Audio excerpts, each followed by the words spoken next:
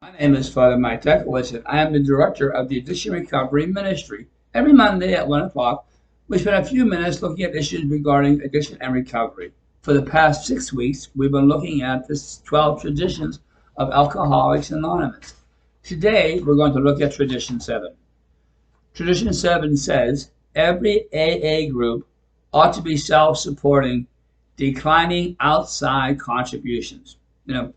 As it says in the 12 and 12 book, self-supporting alcoholics or addicts. Who ever heard of such a thing? It sounds like an oxymoron.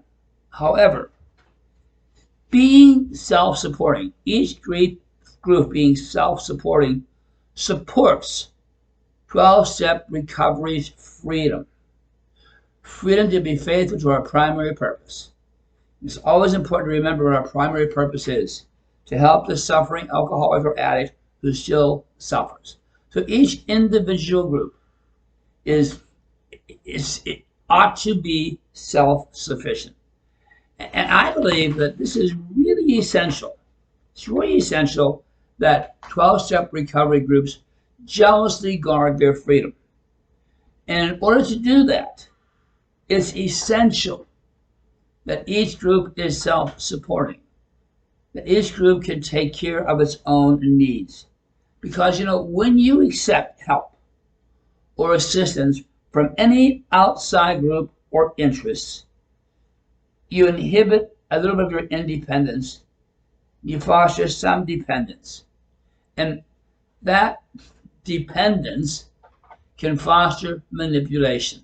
If someone gives you a gift, there's usually some understanding or relationship there that can impede your freedom. And think of it. Think of your days when you were drinking or using. Isn't that exactly how you operated your life while you were still drinking or using? You depended completely on others. Others made excuses for you. Others excused your behavior. You relied on others to meet your needs and fulfill your wants. You really a child. In order to keep these gates open, you would manipulate the others to make sure they took care of the things you didn't take care of, to secure you, to help you maintain your life of addiction.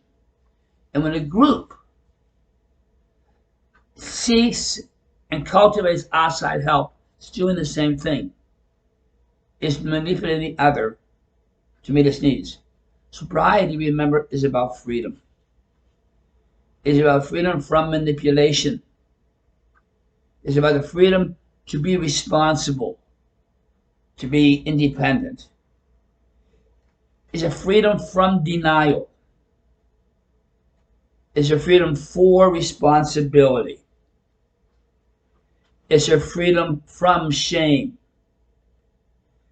It's a freedom for authenticity and honesty. If this is what the goal is for the individual, it certainly is the goal for each individual AA or NA group. As such, ought not every 12-step group emulate what the person in recovery is attempting? A, to be self-supporting. B, not to depend on others to make excuses for, protect you. To be self-supporting for the individual instills a sense of worth, helps to build honesty, brings the person the ability to be grateful, and allows for hope for both the group and the individual. So to be independent, to be self-supporting, instills a sense of worth, fosters honesty and gratitude, brings hope. So the person now is free to live his high life, happy, joyous, and free, and so is the group. In order for the group to function, it must understand its worth as a group. The group must be honest with itself as members. The group must be grateful that they come together. And in that group, there is hope. To be dependent on others instills a sense of hopelessness and worthlessness, a sense of self-loathing, an inability to trust yourself because you don't believe in yourself or even hope. And this is true for both a group and recovery and the person in recovery. For a group not to be self-supporting, that group can be hopeless. For a group not to be able to be self-supporting, they don't trust each other. If they don't trust each other, there's no fellowship. If there's no fellowship, there's no recovery in that group.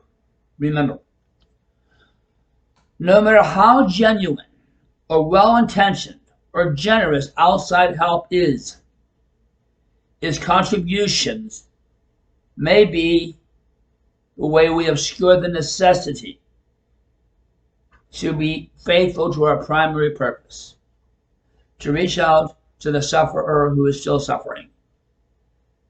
12-step groups and individuals need to be self-supporting, independent. They need to be able to meet their own needs. Next week, we'll look at Tradition 8. Thank you. Good night. Let's conclude by saying the Serenity Prayer. God, grant me the serenity to accept the things I cannot change, the courage to change the things I can, and the wisdom to know the difference. Just a reminder, tonight at 7 p.m. on this Facebook and website, and live in St. Francis Church in Harmer at 2599 Freeport Road, I'll be giving a presentation looking at Psalm 22, a psalm that talks from the journey from hopeless, from despair to hope, looking at that psalm in relationship to issues regarding addiction and recovery. So I hope I can see you this evening, either on Facebook or in the church. Also a reminder, this Sunday at 4:30, we're having a St. Patrick's Day celebration with Irish food and music. There are still some tickets available, so please contact us on this website and on this Facebook to secure tickets. Goodbye, God bless. We'll see you. Bye-bye.